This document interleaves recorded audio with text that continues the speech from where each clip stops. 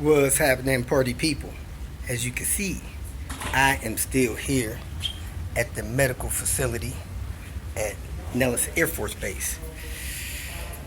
Over the last 24 hours, things have not gotten any better for Diane. And she had a pretty tough night last night. Pretty miserable. Them running tests and changing IVs and stuff like that made her pretty uncomfortable. And we're just going to stay here until they figure out how to best help her.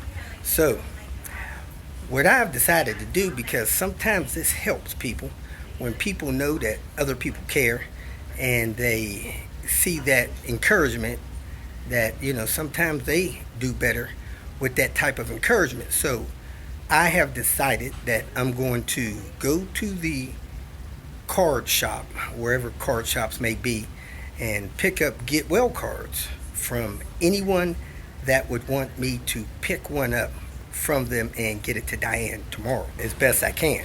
So I am headed to the card shop probably first thing in the morning, and if you want to be one of the people that I pick up a get well card from to deliver to Diane, send me a text message.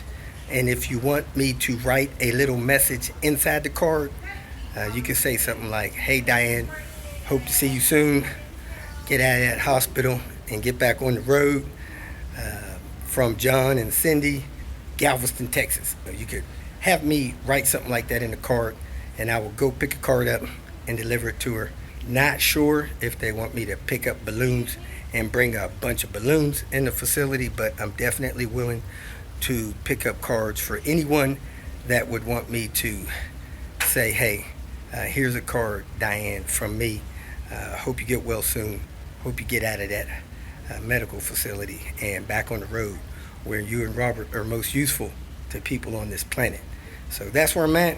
They moved her back to the critical care unit today. I went to take care of some things, do some laundry, stuff like that. I got a call from her phone, and it was not her. It was a nurse or somebody updating me that they have moved her back to the CCU. So that's where I'm headed, back in there, see what is going on. Hopefully nothing went wrong, but she's just not improving. And that's keeping us here and in a place where I believe she's better helped. So thanks for watching. Let me know if you want to get a card. Send me a text message and I'll get it and get it to her. Welcome to Hanging Out with Robert. That's me. This video contains things that I encountered throughout the day. If for some reason I complete a task and you would like to see the details, you could click on the link in the description area below. This video also contains tips and tricks that I learned throughout the years. I plan on leaving this video accessible for about 30 days. After that, you can view it through my Patreon account. Thank you very much for watching. Kicking off the Tinker Day in the not so early morning. Got to check out a few things on this T5 850 and clean up a little bit of a mess I have here and get back to the hotel so I can head to Vegas. Car starts with no check engine light, then the check engine light comes on. Need to figure that out. See if the horn works. The horn does not work, so that may be a clock spring issue. I'm gonna see if the cruise works, take it for a test drive, see if I get the cruise working, and go from there.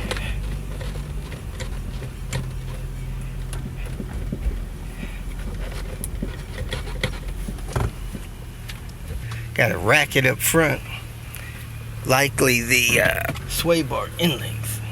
Those things are a mess. I need to grab my scanner, scan this thing, figure out why it has a check engine light. Got the service light reset. It failed the glove test, but it didn't blow the glove up. So that's kind of neutral. Even when I rev it, it almost doesn't blow the glove up a little bit, but it has no vacuum. So that's not a good thing. Need to get the PCB system service. And the cruise control is working. So I'm done here for now. Got to get a clock spring and a sway bar end link bushings, and we should be good to go. Wow, I don't think I've ever seen one of these. That's awesome. It appears that I am done here for the day. Headed back to the hotel, get ready to check out unless Clarence needs my presence today. But Clarence likes to drag his feet, so I'm not sure how that's going to work out. He got no time for feet dragging. I got to get up out of here. So I was trying to sweep this up, but the lady that's running the place, she wants to do it herself. So I'm going to take this because I might need it again. I'm out. Kicking off the Tinker Day Part B. Miss Irma's car. Got it from Master's Touch Automotive. Little bit of oil around the oil cap. Did the PCV test. It sucked the glove in, which is good. So we're going to replace that rubber gasket. I have brand new rubber gaskets in my pocket when I got here. So that's the first thing we're going to do. Then I think we're going to do some brakes, do some scanning on it, see what else we can do to make this thing perfect. Check out Willie Gilly, got a little parts department. Got a bunch of Mobile One, got his antifreeze, his Clorox wipe. Look at all that oil down there. Man, look at this guy's got it going on. Look at it, he's got pads to buff and shine his car up. I bet his car looks like new. Let me loan him my yellow car for a couple of weeks. Come back after I make my California coast run. Here we go on initial state. Got that going on there. Got this going on here. Let's go to delivery. Oh, that's unselected. Going to delivery, where we get the shopping list. And there it is, folks. All the hiccups since it was cleared last. Got to figure out why the power seat doesn't work on the driver's side. This is what we got left after the scan and idle. So we'll see if there's something we need to deal with. Cleared all the codes and the power seat started working. And then 5 minutes later, it quit working. That's strange. When we hit the gas, we could feel movement like a jerking sensation. That's normally your engine mounts. So we come down here and check this engine mount. Let me put some light on. And that mount looks busted. Not totally destroyed, but it is busted. And then the lower transmission torque mount there is totally torn out on the back. The front's okay, but the back one is totally torn out. You can wiggle that around by hand. And that's why we feel movement while we're turning and hitting the gas. A little jerkiness in there. But man, this car is dry under here. Man, this thing's got to be worth another $65 with how dry it is. Here's Gunther, y'all. The S70 with the cross country. And look at them jewels. Man, it's got jewels on it. Look like the front grill's falling out of it. What the heck's going on there? Being abused. Abused by the owner, the current owner. So it's got a misfire, and I noticed the clamp is off of the intake tube down here. Doubt that would cause a misfire. But it looks like we got oil coming out the cam seals. And we got a new set of wires for this. So we're going to pull a distributor, see if there's any oil in there. Cam sensor, get that oil out of there. I already did a compression test. It passed the compression test with flying colors. So we got to figure out why this thing is doing a miss. I put brand new plugs in there. And it said it's running rich. And it could be because of that air tube is not on right. So let's tear this apart, fellas. Get cracking. Take the airbox out, distributor off, cam sensor off. Get the cam install tool. Put new cam seals in there. Go from there. Got a little leak out of the intake cam seal on the back of the engine. And a better leak on the exhaust cam seal back of the engine. I got those two seals. I'm going to replace those. Don't think that's causing a misfire. So I wonder if something was going on with the intake manifold loose. I'm going to check that.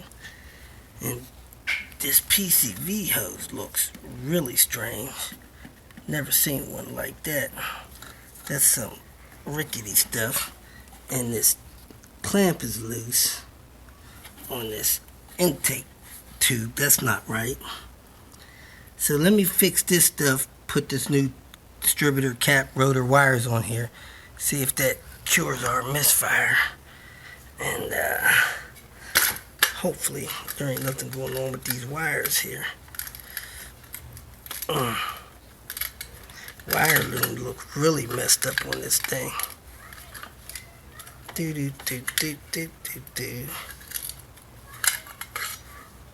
Take that off. Now this car has an occasional mess and it's running rich. Besides that clamp not being on there, I came down here and looked, and the intake manifold gasket over the top looks like it's got a buckle in it. Let me see if I can find that screwdriver I had. This buckle in it. Okay, that's fine. I guess I'll just check with Volvo. It's like right there. Okay, The little buckle. Then I came down on the bottom side of it, and a big chunk of the intake manifold gasket was hanging down out of the intake manifold.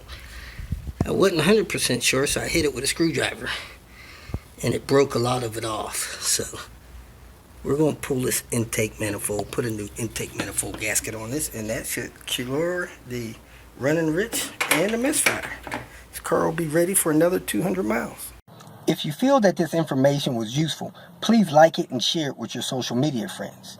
You can subscribe to my channel so that you will get notifications of future videos that I post. You can follow me on Twitter, and if you need to contact me directly, please visit my website. And if you have any questions, leave them below, and someone or myself will reply to them. Again, thank you very much for watching.